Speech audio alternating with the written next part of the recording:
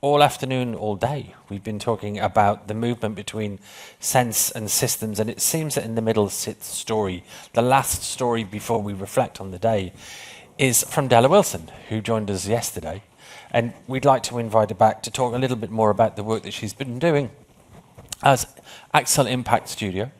But also, one of the things that we realize we have in common is the challenge of how to explain what we do. For several of the people that were here over the course of today, trying to articulate exactly what it is you do when you're working between systems and silos, creating new stories can be a challenge. So I'm just going to hand over to Dela and invite her to explain for herself. All right, so I recognize that you all have been sitting for some time. So while there's a textile being passed around, please take 2 minutes to get up, stretch, move your body just a little bit for this last little push. I do promise that I'm going to get you moving during this session as well. And I won't talk the whole time. You're going to be talking too. But let's just take a little bit of a breather after that amazing round of presentations and thoughts and ideas around how can we better position ourselves in relationship to one another. So I invite you all to sit at your leisure. And I'm going to go ahead and get started. So again, thank you so much, Dominic, for having me. And it's a pleasure to be back at Creative Brain Week. I was first here in 2024. I'm excited to share more about the work that I do through Axel Impact Studio, as well as some of our projects that you'll see some of the themes that you've heard throughout the week, and really the use of art, culture, place, and touch, and sensation and sense-making as a way to transform how we think and move around the world together. As I sat with the prompt for what we wanted to talk about today, what does it mean to think better together? How do we do that? I got a little bit stuck on where to begin. And I was conveniently able to to attend a talk with Hank Willis Thomas about 2 weeks ago. And there was a quote that he left with the room that really stayed with me.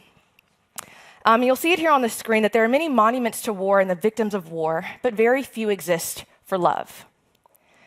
As someone who works across silos, mainly with projects right now within the realm of public memory, the particular use of monuments as a way for us to reflect, connect, prompt thought, deconstruct and construct our belief became something as an interesting way for me to start this conversation off with you today. And so if we look across continents, we mainly see monuments to rupture. Verdun, Hiroshima, Sarajevo, Kigali, Berlin, Montgomery. Our cities are etched with moments and memories of fracture. And the modern state itself is in some sense a monument to an idea that strangers can be bound together through governance. And yet, if we trace the past century, we see recurring attempts to design better together. Ambitious attempts, but insufficient. The Treaty of Versailles attempted peace through punishment. South Africa's Truth and Reconciliation Commission attempted repair through testimony. The partition of India redrew borders faster than communities could metabolize separation. None of these processes were perfect, and most remain incomplete. Different continents, different ideologies, different intentions, but a shared pattern. Under some conditions, institutions move rather quickly. I know I'm visiting you from America, where executive orders, travel bans, spending cuts, erasure of material evidence, cessation of life-saving benefits are changing by the day. Yet our nervous systems adapt much more slowly to change. Be that better for worse, it just is. We are creatures of habit, as other presenters today have shared with you. But thinking better together requires us to do and be different than before. But if institutions are moving faster than the bodies asked to inhabit them, and we have limited visceral reminders of who we're desiring to become, then perhaps our failure is more than just politics. It's physiological, it's psychological, it's pragmatic. What if we spent centuries constructing togetherness, but never once rehearsed what it means to inhabit it? You may know the old adage, build it and they will come. But who are they, How will they arrive? And what will they experience when they get there? Togetherness is not self-executing. It requires rehearsal.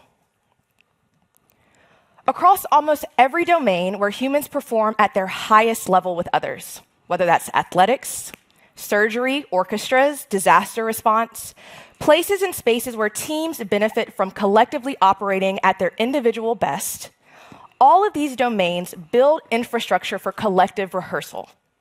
Governments rehearse for war. Surgeons rehearse before touching a living body. Orchestras rehearse for synchronicity. We rehearse catastrophe. I don't know if you had earthquake drills. I grew up with tornado drills, bomb threats. We're training for the worst. What desired future are we rehearsing for? I want to tell you about a small island that taught me something large powers have mostly forgotten. That sometimes the most creative thinking happens when there's the least room to hide behind old assumptions. The year was 2013. I just completed the first year of my master's program and landed a fellowship with someone who later became one of my favorite professors. He'd spent his career solving bureaucratic dysfunction across the world, and I was invited as his co-pilot, helping lead leadership and policy development programs for ministers and civil servants in the small Caribbean microstate of St. Martin on the Dutch side. Newly independent, still finding its footing. The curriculum was well-structured, thoughtfully designed, but elsewhere, literally. You see, my professor had a change of course, with obligations delaying his arrival to the island by 10 weeks, leaving me there for those first 10 weeks to figure it out. When circumstances prevented his arrival as planned, his intended curriculum no longer applied. After a period of disillusionment and a lot of self-confidence boosting, I paused and I began to listen. Eventually, I rewrote that curriculum, informed by the first year of my studies, but actually driven by the participants themselves in real time. I instinctively started with a listening tour, publicized through an internal video advertisement, compliments of the communications department, which is still somewhere on the internet to this day, and leveraged my positioning within the Council of Ministers' office to ask folks to lunch, host office hours, and generally just be a sponge for perspective. The civil servants I met in St. Martin were absolutely brilliant, but many had been conditioned, consciously or not, to distrust their own ideas. When I offered counters, showing best practices that aligned culturally, regionally, or contextually, found right there on the ground in St. Martin, they preferred to lean into others from Europe and America as the prime source, rejecting their own capacities. They didn't trust each other, so their ideas often remained internal. Like many places, but especially on a small island, government employment was secure. There was no need to ruffle too many feathers. So I cleared the room. Not literally, but I stopped asking, what does the best practice say, and started asking, what do you know that no one else does? What happened next was rehearsal, though I wouldn't have called it that at the time. This is where we began to practice a different relationship to expertise in real time. A different relationship to ownership, to the belief that, as I wrote in an article published on this experience sometime later, quote, if one always looks elsewhere for solutions, believing someone else has the better idea, is more equipped, better suited to carry the plan, the community will never achieve its greatest public value. I became known across ministries as the, quote, little Harvard girl, not because I brought Harvard's answers, but because I helped people excavate their own. That's what rehearsal produced, not a strategy document. A different relationship to their own capacity. St. Martin taught me what rehearsal looks like inside of an institution. But what happens when you try to rehearse a different relationship between an institution and those who have willingly disengaged? In 2023, I was invited by Elamon Kane, an Atlantic Fellow for Social and Economic Equity, and founder of Legs Africa, to speak on a panel at the Global Social Economy Forum in Dakar, Senegal, with a theme on transitioning folks from the informal economy to the formal economy. They expected a talk, but frankly, panels are not progress, and I am very selective about when I sit on them, because I don't want us to talk ourselves into nothingness. And so I actually pitched something different. Rather than sit on a panel, I proposed an alternative way for us to engage with this information. There wasn't an immediate yes, but there also wasn't an immediate no. So we just moved with courage and used ambiguity to our advantage. Working with multimedia artist Moyo Oyeyolola, he's based in the US, but of Nigerian descent, we adapted his existing work, a piece called Department of the People and Process, which initially created a fictitious government agency mimicking his father's journey navigating passport and administrative procedures between Nigeria and the US. We adapted this to encompass a wider aperture of administrative procedures and inquiries into love, passions, family, dreams, ambitions, and possibilities, what you might expect for a more human exchange between government and citizen. We also integrated the French and Wolof languages, given where we were on site in Dakar, and staged a new government branch on the conference floor. The Department of People and Process, under the Division of False Authority, was now open. Inside the conference, positioned smartly between the Museum of Black Civilizations and the Innovation Village, between memory and the world that we are trying to become, passersby had no idea what they were walking into. And they could not walk into us. You had to walk through us to get to the Innovation Village. Some sat down and engaged with us for an hour or more. Some thought that this was real and were really confused. In either way, we processed their relationship to the Department of the People. That confusion, that moment of not knowing whether this is legitimate or not, that was rehearsal. We are asking people to feel in their bodies what it's like when bureaucracy actually sees you, when an administrative encounter becomes human. You don't rehearse with a policy paper. You rehearse it by building the room and allowing people to walk through it. St. Martin, Dakar, and through my organization, Axel Impact Studio, dozens of organizations in between, by its own design, Axel rehearses a future that it wants to create. One that operates outside of traditional extractive employment relationships through an expanded consideration of expertise, in quotes, and an intentional anti-disciplinary approach, sourced particularly from the global majority, recognizing that cultural shift is a mind, body, and communal exercise. Our spokes, as we call our experts, spokes meaning the part of a wheel that allows it to turn. They have been mothers transitioning in and out of the traditional workforce, scholars in between gigs, mid-career professionals wanting to try something new, maybe that passion that's been burning inside them that their day job has not allowed them to explore, executives who are looking to re-engage after a period of retirement, new, willing to take a risk in a life of transition. Axel's model allows us to source and position a variety of expertise across social innovation projects, anywhere from 6 to 600 hours, depending on their breadth. And I have a sample of some of our team here to show you. And what I want to draw attention to is, yes, these are titles on the board, but each of these people represent so many more different lived experiences than a singular job can provide.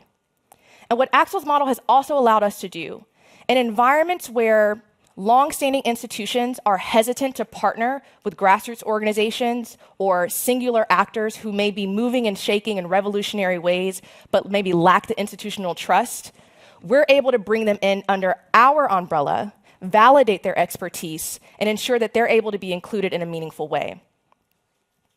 Through each engagement, we experience a similar discovery.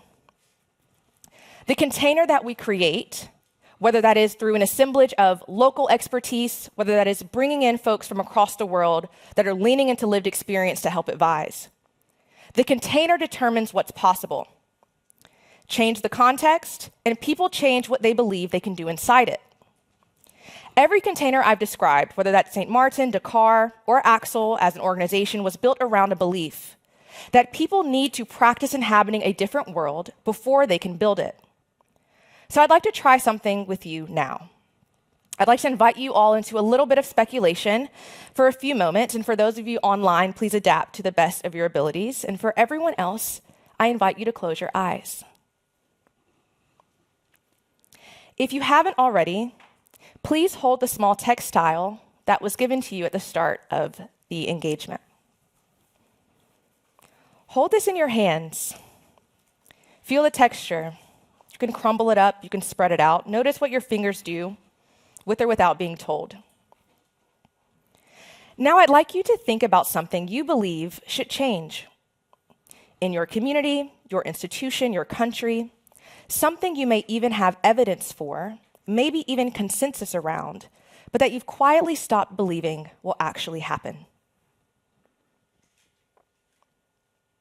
Name that silently. Now, and this is the hard part, imagine that it's done, not in progress, but actually achieved. That someone you love is living in the aftermath of that change, and it is ordinary to them.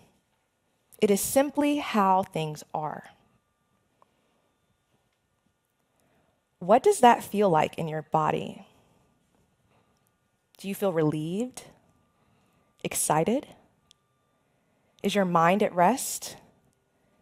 Are you anxious to scale? Stay there for a moment.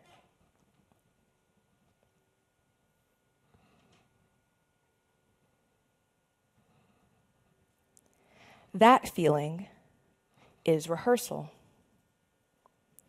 Now, please keep your eyes closed. I'm going to ask you to do one more thing that may be a little bit uncomfortable.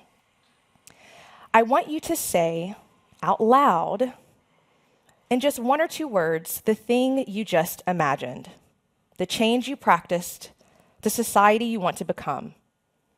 Don't wait for someone else, just say it. Equality. With a little bit of feeling. Equality. Thank you. Yes. What you just heard is coordination in its earliest form, not harmony, not consensus, just a room full of people willing to speak without knowing who else would. That is one of the places where rehearsal begins. The textile in your hand is part of a quilt that does not yet exist, or perhaps it once existed and is now in fragments. You don't know which is more true. I invite you to open your eyes again and reflect on the fact that no quilt is stitched in isolation, and yet none of you put the piece down. Instead, you chose to hold it before you understood why. We're conditioned to rehearse for what we fear, as I started this presentation off with. But what I'm asking us to do is to rehearse instead what we hope for. That is how I believe we think better together. But 5 or 6 minutes in a room is not enough, so what would it mean to build a place where feeling could live long enough to truly change something? The piece of textile in your hand is not a prop. It's actually part of an initiative that I'm currently building called the Hope Gap XR. Researchers across the land back reparations and climate justice movements have described a hope gap, which is the measurable distance between desire and belief in possibility. In the United States, for example, while some 77% of Black Americans believe reparations are due for the harms following 400 years of chattel slavery, segregation, and Jim Crow, only 7% of them believe it to be possible to achieve. That erosion of belief is where social progress stalls. It narrows imagination. It prevents momentum. You felt it when I asked you to name the thing you'd quietly stopped believing in. Aloud. The Hope Gap XR responds to this not with argument, but instead experience. Blending virtual reality, augmented reality, and large-scale installation, it moves participants across 4 stages: ritual, reassemble, repair, and rebuild, from reflection to connection, and finally, activation. This layered user journey is designed to increase accessibility, portability, and build somatic memory for transformational justice. Participants travel through geographies where repair is not a future aspiration, but instead is already underway. Interacting with movement leaders, beneficiaries of restoration, institutions reconstituted with indigenous values and practices. It begins with 3 locations: Evanston, Illinois, the United States' first municipally funded reparations policy, which has paid reparations since 2022; Windhoek, Namibia, actively in court right now to establish a rightful process for representation and inclusion to push forward reparations for colonial genocide against the Haro and Nama peoples; and Aotearoa, New Zealand, the most progressed of the 3 in terms of institutional reparative justice, though it remains ongoing, with over 86 settlements totaling roughly $2.6 billion, formal apologies, the return of cultural sites, allowing Maori tribes to rebuild schools, intertribal health initiatives, restore land, and build wealth for future generations. An imperfect process, yes, none of these processes are without fault. But it is tangible progress. And over time, we will expand this experience to include more geographies, like the Caribbean, that are demonstrating regenerative climate infrastructure right now. The same region that taught me almost a decade ago that small powers often move first. The Hope Gap XR is rooted in Afrofuturist narrative traditions. The experience itself collapses past, present, and future as you're moved through and guided by an ancestral figure, yet interacting with present-day artifacts and cultural artifacts as well. And also, through quilting motifs, deep maps, and ceremonial rituals, you're actually participating in the process of repair. You're not statically watching a film, but actively involved in a physical movement to move you through these societies. This somatic ritual of stitching a quilt, interacting with land and lineage and ecological futures in one shared possible horizon. That textile that I asked you to place in your hand is part of that horizon.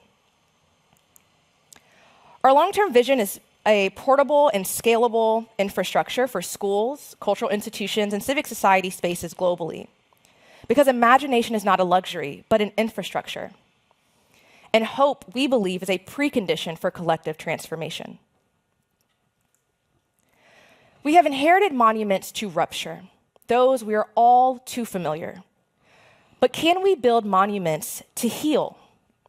Not statues of heroes or marble declarations of victory, but living architecture where people can practice inhabiting a repaired world and their role within it, where policy catches up to humankind.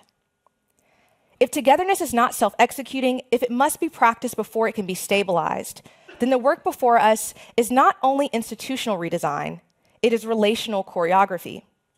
It is designing spaces where coordination feels possible, so that it can then become durable. That's what I mean by thinking better together. Not sharper, not faster, not more competitively, but a dress rehearsal for progress. We have built extraordinary infrastructure for catastrophe. I'm asking us to build infrastructure rigorous enough to rehearse repair. The quilt is already in your hands. Thank you.